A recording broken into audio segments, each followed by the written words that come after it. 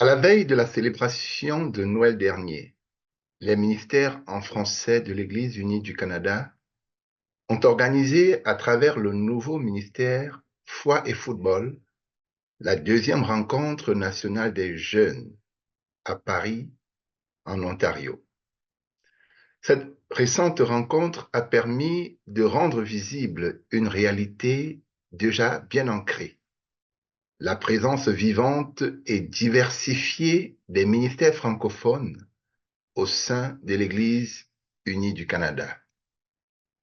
Cette rencontre a pris la forme d'une compétition, d'un mini-tournoi de football, un peu comme celui de la Coupe du Monde qui arrive dans quelques temps et était basé sur le thème aller au-delà des murs, vivre Christ au-delà des murs. Et la modératrice, dans son enseignement d'ouverture, nous a rappelé que nous devons repousser les murs de l'oppression, aller au-delà des prisons. Aujourd'hui, la présence francophone au sein de l'Église unie du Canada est manifeste dans plusieurs zones clés du pays. Au Québec, avec des communautés et initiatives francophones à Sherbrooke, dans les régions abanaquoises et à Montréal ainsi qu'à Gatineau. En Ontario, avec des présences francophones à Ottawa, Toronto, Cambridge, Richmond Hill, Markham et Brampton. Également dans l'Ouest canadien avec des communautés de foi francophones à Vancouver dans la Colombie-Britannique, à Winnipeg dans le Manitoba et à Lethbridge en Alberta. Les ministères français de l'Église unie du Canada ne se limitent pas aux communautés locales. Il inclut aussi des ministères innovants comme Foi et Football, qui arrivent à un moment particulièrement significatif de l'histoire dans notre pays. Alors que le Canada, avec les États-Unis et le Mexique, s'apprête à accueillir l'événement sportif le plus populaire de la planète, la Coupe du monde de football. Ce ministère Foi et Football ouvre un espace inédit de témoignages, de dialogue et de missions. Et lors de notre récente mini-Coupe du monde, nous avons eu plusieurs enseignements. Il faut rappeler que cette mini-Coupe du monde a vu la victoire finale du Canada. Et parmi les enseignements symboliques donc de cette rencontre nationale des jeunes, nous voyons le Canada comme parabole vivante. Le Canada que nous avons vu gagner cette Coupe du monde symbolique est un Canada porté par les immigrations, la diversité et la contribution des personnes venues d'ailleurs. Cette réalité se reflète de manière frappante dans le sport. Alphonso Davies, immigrant de première génération, est aujourd'hui capitaine de l'équipe nationale masculine de football du Canada.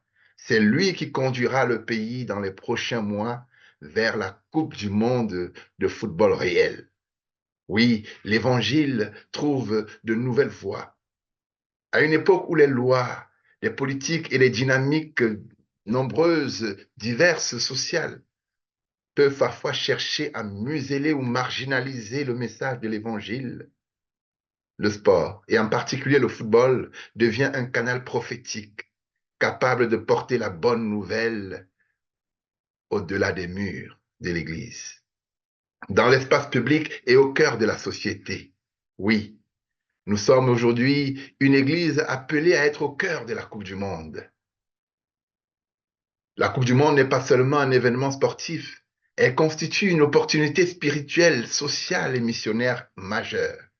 L'Église est appelée à ne pas rester en périphérie, mais à être présente, engagée et discernante au cœur même de ce mouvement mondial. Oui, nous avons vu une étoile. Nous avons vu une étoile qui s'inscrit dans une dynamique de contexte ecclésial large et profondément symbolique. Nous savons que l'Église unie du Canada a récemment adopté par résolution du Conseil général une initiative de présentation d'excuses à la diaspora africaine pour les ravages causés par l'esclavage, la traite négrière et la colonisation. Cette démarche, appelée à être mise en œuvre dans les prochains jours, marque pour nous une étape décisive.